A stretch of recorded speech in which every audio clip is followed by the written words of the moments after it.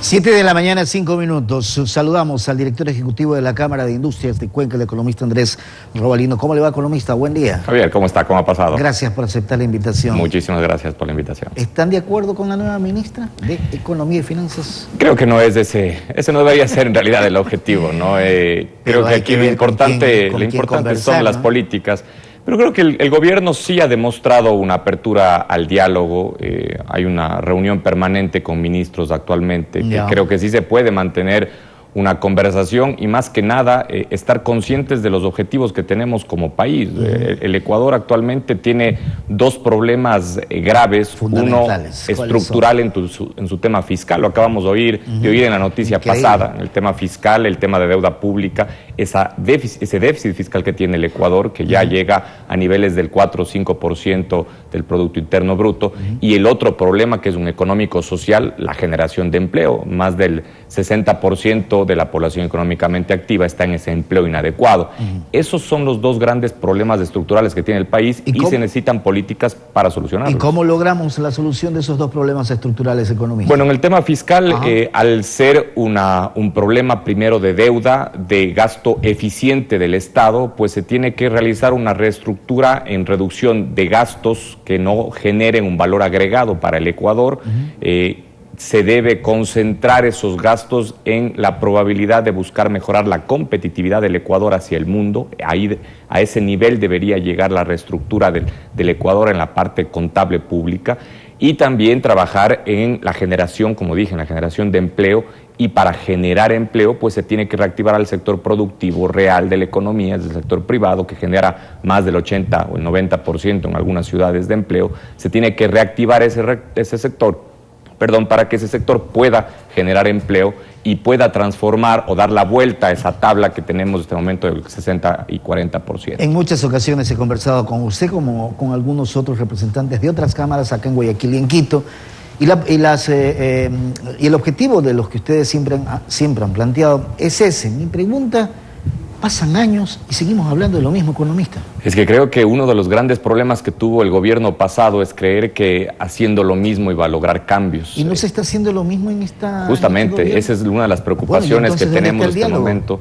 El diálogo se lo tuvo en agosto y es una de las críticas constructivas que le hemos hecho al gobierno, no solamente al presidente, sino también a los diferentes ministros, en donde tuvimos un proceso de diálogo bastante importante en las mesas sectoriales, como usted recuerda, en donde se obtuvieron una cantidad de propuestas que sirvan para reactivar a este sector productivo. Se han tomado decisiones en temas políticos. La consulta popular es muy positivo, por obvias razones, la derogación de la ley de plusvalía, que ojalá pueda reactivar al sector de la construcción, que es uno de los sectores que más genera empleo. Pero ahora se deben tomar decisiones de política económica que no se han tomado los últimos 5 o 6 años. Recordemos que, no creamos que una decisión de política económica es poner salvaguardias. Una decisión de política económica es estructural, es hablar sobre defender y fortalecer a la dolarización, sobre apertura de mercados, sobre generación de empleo, sobre aumento de la productividad y competitividad empresarial. Eso es una política económica, es una política industrial. Eso no lo hemos visto en los últimos 5 o 6 años. Ahora debemos, y el gobierno debe, por supuesto, ojalá con el apoyo del sector privado y de la academia, generar una política que facilite la creación, el desarrollo y el crecimiento del sector productivo, que no esté basado en incentivos, porque ese fue el grave error que cometió el gobierno pasado. Si usted recuerda, siempre las leyes eran, le damos el incentivo tal de reducción de impuestos, pero detrás de ese incentivo había una tramitología, centralización, burocracia, y en algunos casos, por obvias razones, debería haber habido corrupción. Lo que queremos nosotros son facilidades, más que incentivos impositivos, facilidades de poder desarrollarnos. Esas facilidades de alguna u otra manera significan para ustedes o para el sector productivo en general, porque de hecho el Comité Empresarial Ecuatoriano ha planteado también sus propuestas. Por supuesto. Significa que, básicamente, por ejemplo, la tasa aduanera es un problema serio para el país, ¿o no? Sí, por supuesto, genera un gasto innecesario que no se le genera un servicio al país, ¿no? Y aparte, sí, como usted dice, se le está cobrando algo por está cobrando doble, un efecto que no se lo puede sentir, porque el contrabando ha sido uno de los grandes problemas que ha vivido el país en los últimos años. Claro. En realidad es un problema que hemos tenido en el pasado y no es solamente el Ecuador, es a nivel de Latinoamérica. Hay un cálculo que indica que más o menos entre el 1.5 al 1.9% del PIB es el contrabando de cada país en Latinoamérica. Estamos hablando que en el Ecuador sería más o menos entre 1.100 millones de dólares de contrabando anualmente. Si es que no se controla ese contrabando, por obvias razones es una competencia desleal para la economía real, para la economía formal. Por supuesto que se le debe controlar, pero esa es una obligación de la aduana.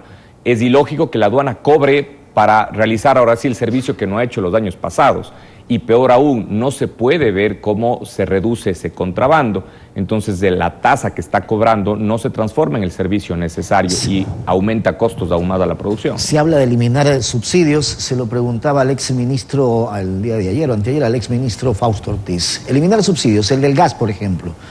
¿Usted es partidario de eso? Muy complejo. Siempre se ha hablado, creo que no es nuevo de hablar del retiro de subsidios, ¿no? Y recordemos que cuando hasta presidentes han caído exactamente por hablar del subsidio, es un tema demasiado sensible y actualmente creo que no resuelve el problema. El problema del Ecuador es estructural. El eliminar un subsidio posiblemente ahorre un gasto específico en la parte fiscal, pero competitivamente el Ecuador no gana ni pierde por reducir ese subsidio. Con esto no estoy diciendo que no se lo deba analizar.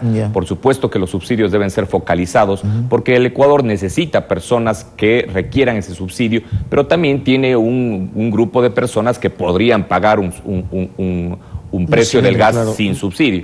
Así que habría que focalizarlo, pero no es el fondo del problema. Hay que comenzar a hablar de temas estructurales, de temas que den ese salto multiplicador a la economía del país y podamos tener un crecimiento permanente, que no se transforme en unas políticas parche, que no se transforme en cerrar heridas, sino solucionar todo el problema que tiene la economía del Ecuador. ¿Sabe por qué le preguntaba si ustedes están de acuerdo con la nueva ministra, aunque sea en el nombramiento, no por ninguna otra cosa que saber si esa óptica que tenía el equipo económico anterior es similar o ha cambiado? ¿Por qué le pregunto esto? Y usted sabe que estuvieron en las reuniones del Consejo Consultivo Productivo y Tributario, se hicieron algunas propuestas del lado de ustedes y poco o nada se hizo eco de lo que ustedes propusieron. Por eso mi pregunta, no era por otra cosa, economista.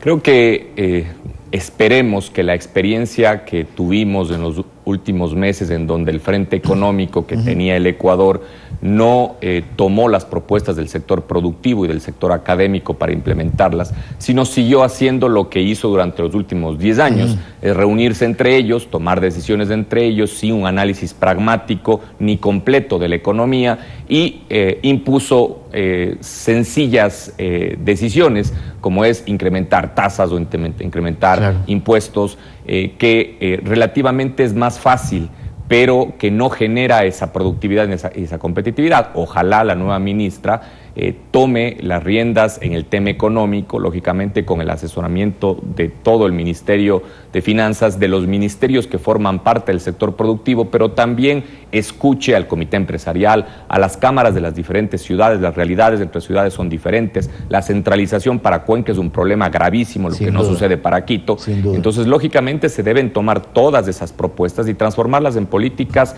que puedan generar ese empleo necesario y que nos transformen en un país de crecimiento permanente. Lo otro, independientemente de eliminar subsidios, ya sea al gas o al diésel, o incrementar el IVA del 12 al 15%, cualquiera de esas medidas, yo digo que también del lado del Estado, del gobierno, debe tomarse una medida, es decir, vamos a buscar de alguna u otra forma reducir el gasto.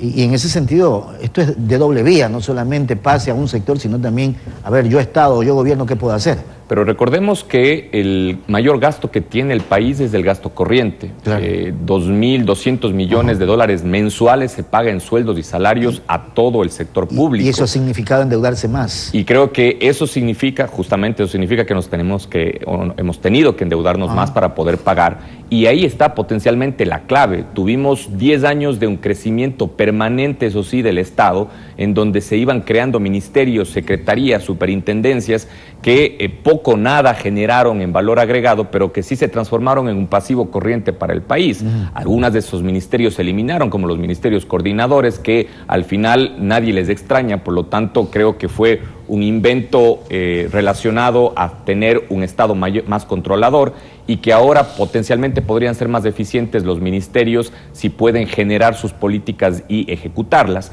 Ahora hay que buscar cómo se puede ir reduciendo más ese aparataje público, siendo más eficientes, pero tratando de eliminar ese peso pasivo que tiene el gobierno en el pago mensual de los salarios y transformándole al sector productivo en ese generador de empleo que pueda absorber ese empleo que deja el sector público y transformarlo en empleo del sector privado. Hay un gasto ahí que, por ejemplo, en la utilización de vehículos de los ministerios, ahí nomás hay un ahorro fuerte.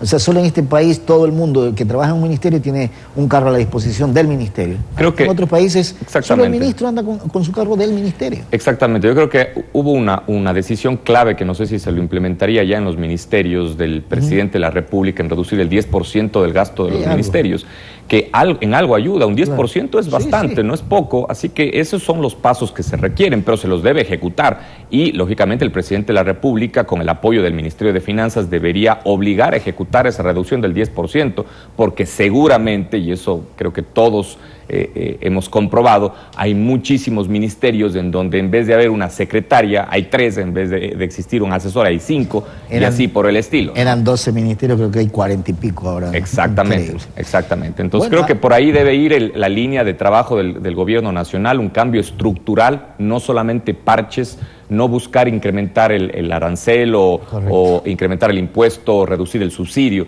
Esos son parches que no van a ayudar al crecimiento y a la mejora de la competitividad. Debe ser un trabajo conjunto. Lo comprometo para que una vez que se conozca, no sé si programa económico, medidas económicas, lo que sea que se vaya a anunciar, conversemos económicamente. Por supuesto, a las órdenes, Javier. Gracias, que tenga buen día. Buenos días.